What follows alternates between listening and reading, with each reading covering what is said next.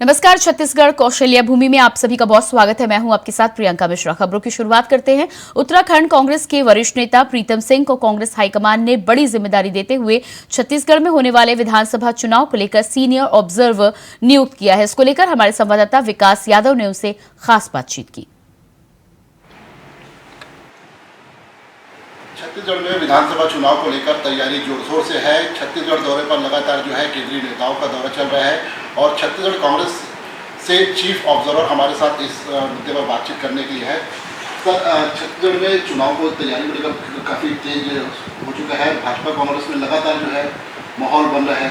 किस प्रकार आप छत्तीसगढ़ की स्थिति को आने वाले समय में देखते हैं?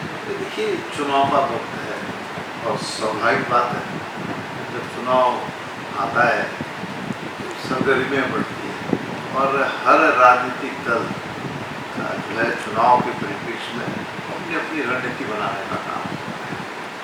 जहाँ तक कांग्रेस का प्रश्न है, मैं समझता हूँ कि कांग्रेस ने पिछले 5 वर्षों में जिस तरीके से छत्तीसगढ़ के हर वर्ग के लिए काम किया है, मैं समझता हूँ कि चाहे किसानों का मैं जिक्र करूँ, चाहे नौजवानों का मैं जिक्र करूँ, चाहे महिलाओं का मैं जिक्र करूँ, चाहे आदिवासियों का मैं जिक्र करूँ, चाहे आम जन की बात करूँ, यहाँ पर हर वर्ग को ध्यान में रखते हुए योजनाओं को संचालित करने का काम किया गया है। योजनाएं बनाई गई है जिसका लाभ हर वर्ग को मिल रहा है और इसके आधार पर हम जो विधानसभा का चुनाव होने जा रहा है, इस चुनाव को लड़ने का काम करेंगे।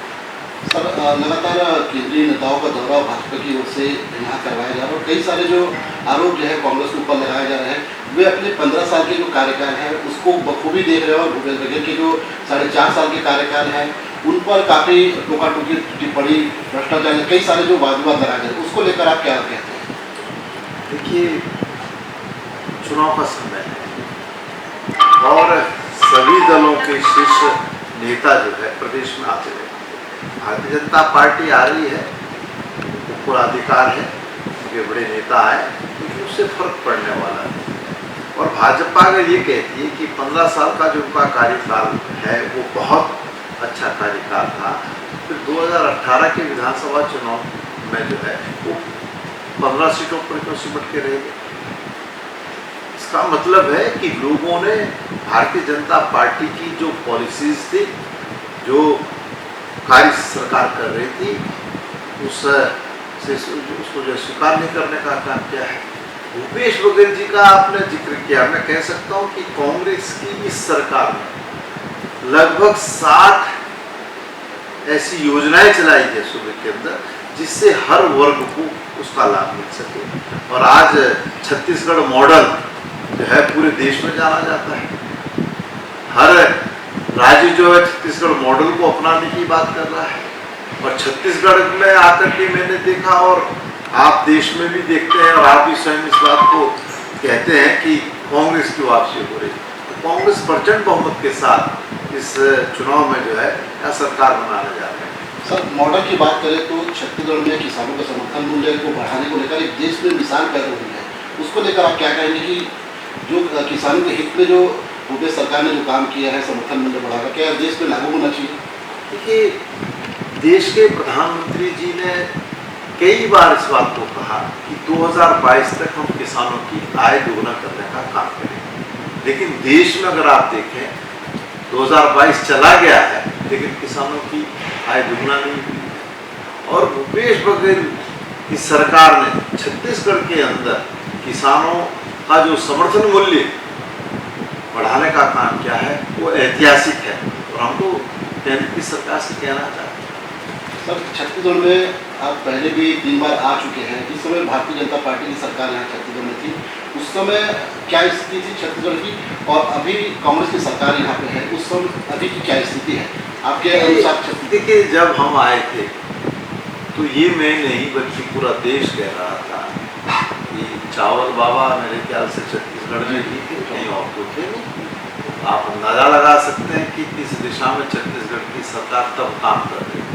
भूपेश बघेल जी की सरकार, कांग्रेस की जो सरकार आई है, मैंने पूर्व में भी कहा, फिर मैं उसको दोहरा रहा हूँ कि उन्होंने आम जन के हितों को संरक्षित करने का काम किया और प्रत्येक वर्ग के लिए उन्होंने कोई ना कोई कार्य ऐसा किया है जिसके आधार पर हम कह सकते हैं कि हम दोबारा इस सूबे के अंदर प्रचंड बहुमत के साथ सरकार बनाने जा रहे हैं।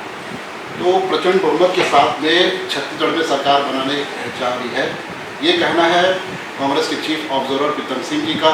अब ये आने वाला वक्त बताएगा कि छत्तीसगढ़ में क्या स्थिति होती है विधानसभा चुनाव के मतदान के बाद।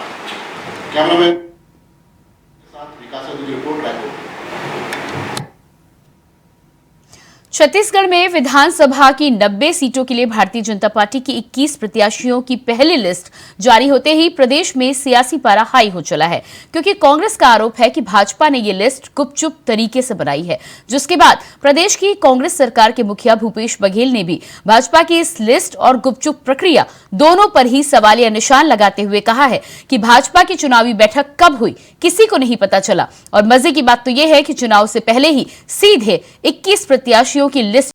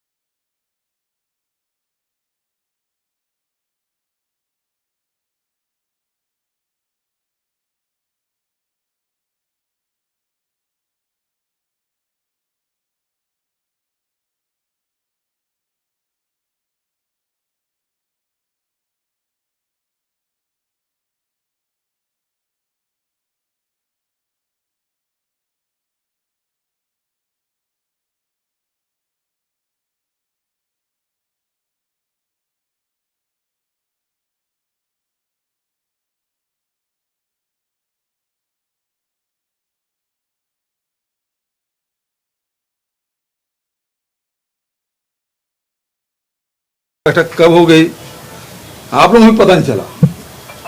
कब उनके मंडल की बैठक हुई, कब जिला की बैठक हुई, कब प्रदेश की बैठक हुई और कब अनुशंसा कर दी गई, ये किसी को पता नहीं चला। हमारे में तो कम से कम ये है कि प्रजातांत्रिक प्रक्रिया से जिसको आवेदन करना है वो कर सकते हैं। अब वही तो देखना है, विक्रांत सिंह को टिकट मिल गया तो रमन सिंह या अभिषेक सिंह को मिलता है कि नहीं मिलता है। तो परिवारवाद केवल दूसरों के लिए है कि अपने लिए भी है। यानी भाजपा की इस लिस्ट को लेकर कांग्रेस और बीजेपी में आरोप प्रत्यारोप का दौर शुरू हो गया है। जमकर एक दूसरे पर वार पलटवार हो रहे हैं। अब भारतीय जनता पार्टी को घोषणा पत्र की बजाय प्रायश्चित पत्र बनाना चाहिए। उन्हें इस बात का प्रायश्चित करना चाहिए जनता के बीच में जाके कि जनता ने उन्हें 3 बार घोषणा पत्र बनाने का मौका दिया था, लेकिन वादा करके वो मुकर गया। हम जाएंगे, हम जा रहे हैं अपने सकारात्मक पक्ष को लेकर। हमने जो कहा था वो किया।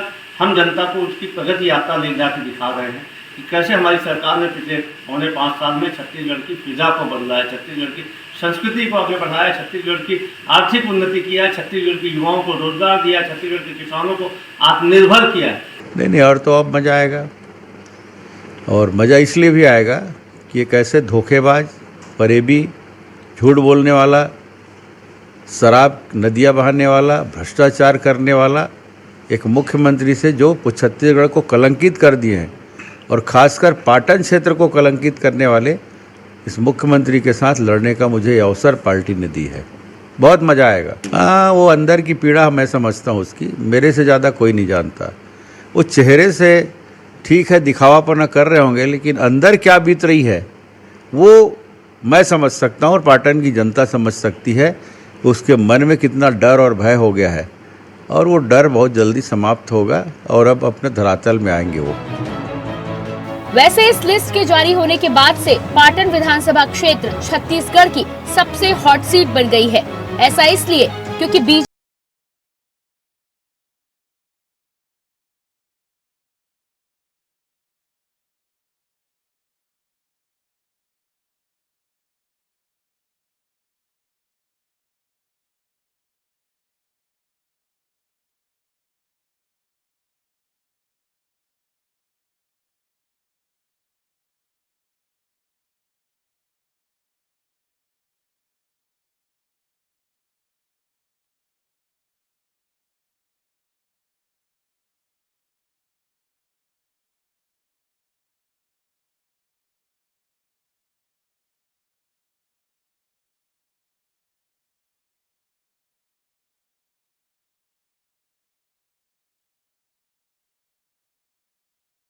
सरकारी बालोद विधानसभा क्षेत्र अंतर्गत ग्राम करका घाट में संकल्प शिविर का आयोजन किया जाएगा, जहां बूथ स्तर के लगभग 3000 कार्यकर्ता शामिल होंगे। बता दें कि इस आयोजन के लिए कांग्रेस पार्टी पूरी तैयारी में जुटी हुई है। तो वहीं प्रदेश के मुख्यमंत्री भूपेश बघेल इस आयोजन को संबोधित करने पहुंचेंगे। साथ ही इस आयोजन के संदर्भ में पूर्व विधायक ने कहा है कि एक संकल्प होगा कि कांग्रेस के द्वारा चुने हुए सभी प्रत्याशी जीत के लिए कांग्रेस की विचारधारा को जन जन तक आगे बढ़ाने का काम करेंगे। तैयारियां तो जोर शोर से है। संकल्प शिविर है ये, और सभी बूथ के अध्यक्ष और सभी कार्यकर्ता और बूथ कमेटी के कम से कम 10-10 मेंबर यहाँ आएंगे और पदाधिकारी रहेंगे, और कांग्रेस के सारे संगठन के मुखिया सारे लोग यहाँ पे आएंगे, और माननीय हमारे प्रदेश के मुखिया भूपेश बघेल जी भी आएंगे यहाँ पे। देखिए, ये आयोजन हमारे कांग्रेस पार्टी का आयोजन है। इसमें माननीय हमारे एआईसीसी के जनरल सेक्रेटरी शैलजा जी आ रही हैं, चीफ मिनिस्टर हमारे भूपेश बघेल जी आ रहे हैं, हमारे एआईसीसी के सेक्रेटरीज आ रहे हैं, मोहन मरकाम जी का है, टीएस बाबा साहब का है, और हमारे प्रदेश अध्यक्ष दीपक बैज जी इस कार्यक्रम में आ रहे हैं। इसमें आयोजन ऐसा है कि हमारे जितने भी बूथ सेक्टर जोन के हमारे जो कार्यकर्ता है वो इस संकल्प शिविर में आएंगे। उनका आगमन यहाँ होगा, 9:30 बजे से हमारा कार्यक्रम शुरू होगा। हमारे वक्ता भी प्रदेश कांग्रेस कमेटी से आ रहे हैं, माननीय राजेश तिवारी जी हैं, बीरेश ठाकुर जी हैं और शाहिद खान जी हैं। तो ये सब हमारे कार्यक्रम का रूपरेखा है। इस कार्यक्रम में हमारे ग्रामीण अंचल, शहर अंचल और गुरूर के सभी कार्यकर्ता लोग उपस्थित रहेंगे। रायपुर में कांग्रेस ने छत्तीसगढ़ के लिए पीएसी का गठन किया है, जिसकी अध्यक्षता प्रदेश प्रभारी कुमारी शैलजा करेंगी। बता दें कि पीएसी में अध्यक्ष के अलावा 12 सदस्य, 3 पदेन सदस्य और 7 विशेष आमंत्रित सदस्य भी शामिल होंगे। तो वहीं पीएसी में मुख्यमंत्री भूपेश बघेल, उप मुख्यमंत्री टीएस सिंहदेव, प्रदेश कांग्रेस कमेटी के अध्यक्ष दीपक बैज के साथ अन्य नेताओं को भी सदस्य बनाया जाएगा।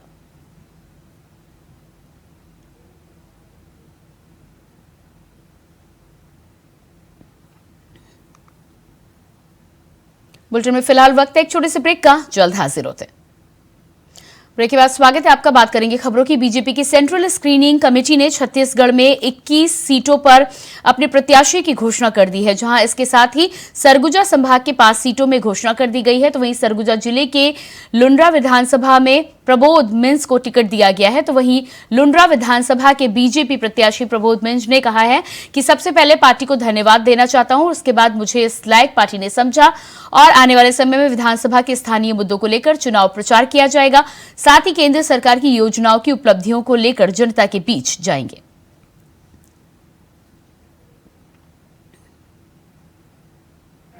नहीं, मैंने भी सुना, मुझे भी कई बधाइयाँ आ रही है टिकट की, और कहने के लिए क्या है, मैं पार्टी को तो पहले तो धन्यवाद दूंगा कि उसने मेरे ऊपर विश्वास किया है और भरोसा जताया है, अपनी पार्टी के उम्मीदवार के रूप में मुझे अवसर दिया है। और मैं पार्टी को भी कहना चाहूँगा, जिन्होंने उस नेतृत्व को जो भरोसा उन्होंने रखा है भारतीय जनता पार्टी को लीड करने का और इस क्षेत्र को लुंड्रा को जिताने का, तो निश्चित रूप से हम पूरी ताकत लगा के कार्यकर्ताओं के सहयोग से और आम जनता की भी जो प्रेम मिल रहा है, भारतीय जनता पार्टी के लिए एक विधायक के रूप में वहाँ सीट जो निश्चित रूप से हम जीतेंगे। छत्तीसगढ़ में विधानसभा चुनाव के लिए कुछ ही महीने शेष रह गए हैं, जहां राजनीतिक पार्टियों का चुनावी रणनीति जोरों पर चल रही है। आपको बता दें कि पार्टियों के दिग्गज नेताओं का एक दूसरे पर आरोप प्रत्यारोप जारी है। इसी बीच छत्तीसगढ़ विधानसभा चुनाव पर बीजेपी नेता और रामानुजगंज से उम्मीदवार रामविचार नेताम का बड़ा बयान सामने आया है, जहां बीजेपी नेता रामविचार नेताम ने चुनाव को लेकर कहा है कि कोई चुनौती नहीं है, लोग चुनाव लड़ेंगे, लोगों को संदेश मिल गया है, मुझे सिर्फ प्रचार करना है, लोग पहले ही मन बना चुके हैं और चुनाव का इंतजार कर रहे हैं।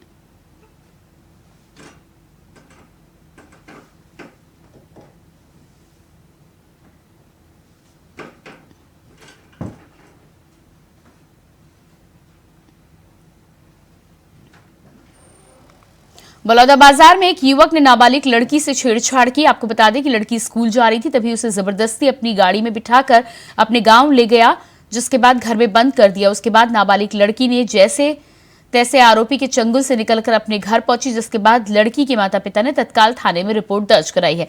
तो वहीं पुलिस ने 24 घंटे के अंदर आरोपी को गिरफ्तार कर लिया।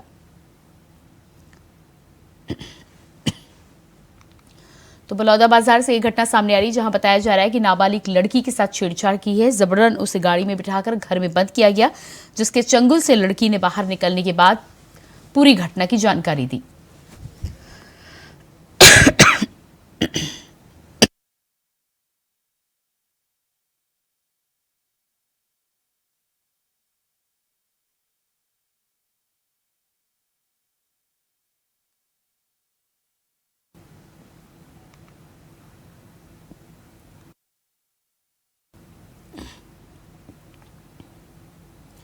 कांकेर में कांग्रेस ने चरामा नगर पंचायत के कचरा होने वाली वाहनों को डीजल के नाम पर भ्रष्टाचार की शिकायत दी है। बता दें कि कांग्रेस ने यह आरोप भाजपा मंडल अध्यक्ष और सांसद प्रतिनिधि के भाई पर लगाया है। तो वहीं कांग्रेस का कहना है कि नगर पंचायत चारामा में जनता से मिलने वाले टैक्स का गलत उपयोग किया जा रहा है। वहीं कचरा होने वाली वाहन और पानी सप्लाई करने वाली वाहनों के नाम पर अपने निजी वाहनों में डीजल डालकर लाखों रुपए का भ्रष्टाचार किया जा रहा है, जिसके विरोध में उनका पुतला दहन किया गया, जिसके बाद प्रशासन और पुलिस से इसकी शिकायत की गई है और उग्र आंदोलन की चेतावनी दी गई है। अगर 1 सप्ताह के भीतर कार्रवाई नहीं होती है तो कांकेर कचरा वाहन में उग्र आंदोलन किया जाएगा।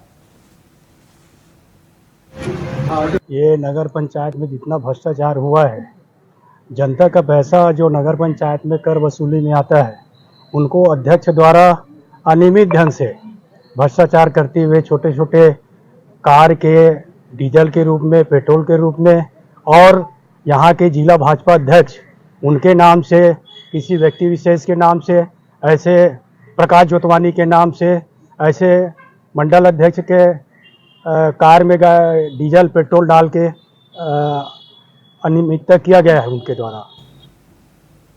सुप्रीम कोर्ट की गाइडलाइन के अनुसार दुर्ग आरटीओ विभाग ने बड़ी कार्रवाई की है और 1700 ड्राइविंग लाइसेंस के सस्पेंशन का नोटिस जारी किया है।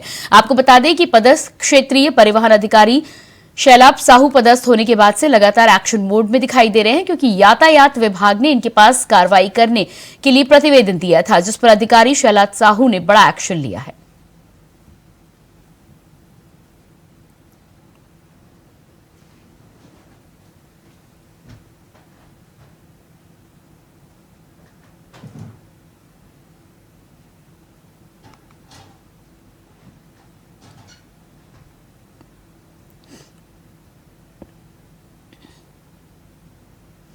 बलौदाबाजार वन परिक्षेत्र तुरतुरिया में पिकनिक मनाने गए नशे में धुत युवकों ने वन रक्षक पर बियर की बोतल से हमला कर दिया, जहां वन रक्षक विकास बुढ़ेड़ के सिर पर बियर से ताबड़तोड़ वार कर घायल कर दिया गया। आपको बता दें कि गंभीर अवस्था में वन रक्षक को अस्पताल में भर्ती कराया गया है, जहां उनके सिर पर 14 टाके लगे। तो वहीं इस पूरे मामले के बाद प्रशासन में हड़कंप मच गया है, जिसके बाद पुलिस ने तत्काल कार्रवाई करते हुए आरोपियों को गिरफ्तार किया है। तो वहीं कुल 9 आरोपी, जिनमें से 5 की गिरफ्तारी हुई है और 4 फरार हो गए हैं। सभी आरोपियों को न्यायिक हिरासत में भेज दिया गया है।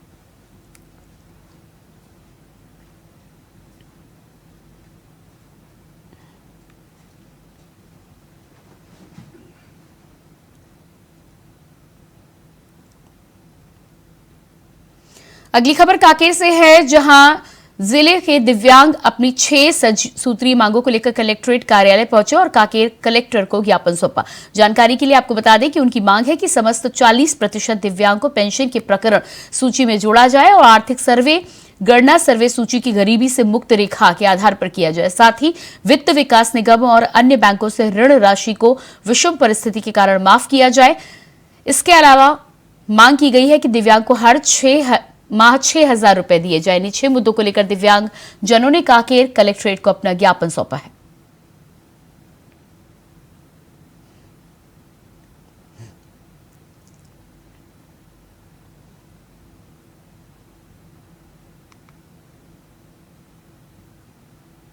अगली खबर दुर्ग से है, जहां मोहन नगर थाना क्षेत्र के अंतर्गत मिला अज्ञात जली हुई लाश की गुत्थी पुलिस अभी तक सुलझा नहीं पाई है। आपको बता दें कि शव इतनी बुरी तरह से जला हुआ था कि अभी तक ये भी नहीं पता चल पाया है कि शव महिला का है या फिर पुरुष का। साथ ही शव की पहचान के लिए मेडिकल कॉलेज दुर्ग भेजा गया है। सूत्रों से मिली जानकारी के अनुसार शव महिला का है, हालांकि अभी तक मेडिकल रिपोर्ट आना बाकी है। इस दौरान पुलिस ने इस मामले में कुछ लोगों को हिरासत में लेकर पूछताछ की शुरुआत की है। साथ ही कुछ लोग संदिग्ध रूप से फरार हैं, जिन्हें पुलिस ट्रेस करने में लगी हुई है।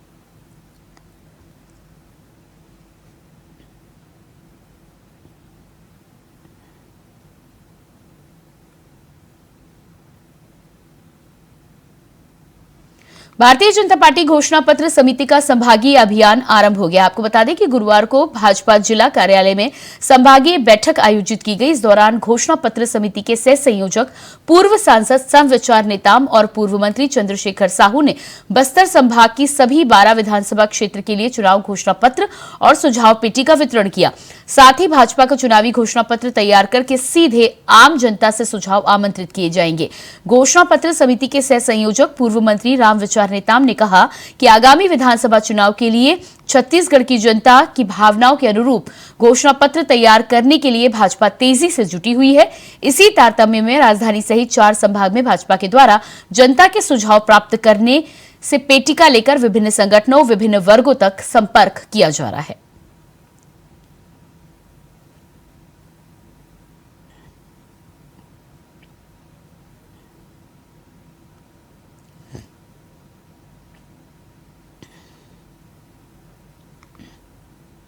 खबर बालोद से है, जहां भारतीय जनता पार्टी के द्वारा जारी की गई पहली सूची में बालोद जिले के डीड लोहारा विधानसभा से देवलाल ठाकुर को अपना प्रत्याशी बनाया गया है। साथ ही टिकट मिलने के बाद देवलाल ठाकुर बालोद भाजपा कार्यालय पहुंचे, उनका जोरदार स्वागत किया गया। इस दौरान उन्होंने मीडिया से चर्चा करते हुए प्रदेश की महिला और बाल विकास मंत्री अनिला भेड़िया के ऊपर निशाना साधा। उन्होंने कहा कि मुझ जैसे कार्यकर्ता के ऊपर भारतीय जनता पार्टी ने विश्वास जताया है, मैं इस विश्वास को हमेशा बरकरार रखूंगा और डोंडी लोहारा विधानसभा सीट से भारतीय जनता पार्टी की झोली में सीट लाकर जरूर दूंगा। साथ ही उन्होंने महिला और बाल विकास मंत्री के ऊपर आरोप लगाया कि समाज कल्याण विभाग की जिम्मेदारी है, परंतु उन्होंने 4 सालों तक अपनी दुकान से शराब का विक्रय ही किया है।